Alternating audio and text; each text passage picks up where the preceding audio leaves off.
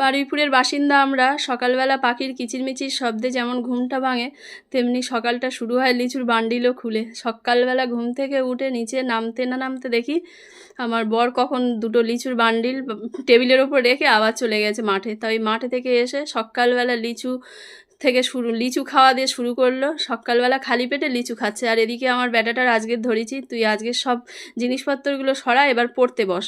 এবার ছুটি পড়ে গেছে, ছুটিটা শেষ হলেই তো পরীক্ষা শুরু হবে।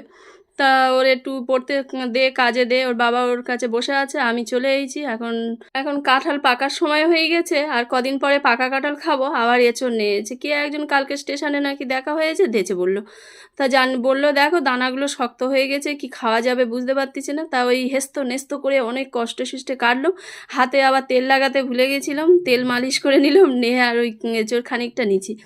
তা এই আজকের ওই জন্য আজকের আর বেশি কিছু রান্না করবো নি। এই এঁচোড় একটু নুন হলুদ দিয়ে সিদ্ধ করে নেবো, আর আলুটা পরে ভেজে দেবো জানো। আর এই পুরুল শুক্তো না, এই ধোঁদল, পুরুল বলে অনেকে চিনবে, আমরা ধোঁদল বলি।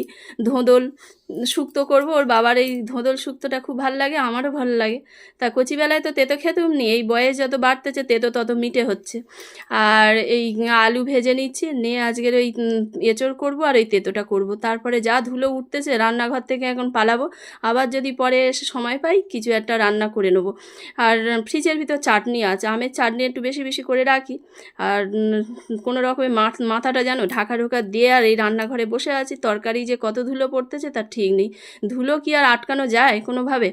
তা ভালো করে মশলা টশলা কষে নিয়েছি, নিয়ে আর এই এঁচোড় করবো। সত্যি কথা বলতে এঁচোড় আর খেতে ইচ্ছা হচ্ছে না, যা গরম পড়েছে।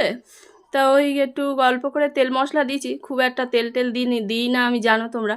আমার রান্না দেখলেই বুঝতে পারবে। এই ধোঁদল শুক্তো হয়ে গেছে, নিম পাতা ভালো করে ছড়ে দিয়েছি, আর এক ফোঁটাখানি ঘি আর গরম মশলা দিয়ে এঁচোড়টা নেমে রাখবো।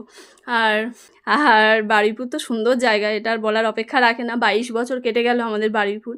ওই জন্য এই সুন্দর সুন্দর সকালবেলা উঠে ফল খেয়ে নিলুম। এক ঝুড়ি লিচু নিয়ে বসেছি।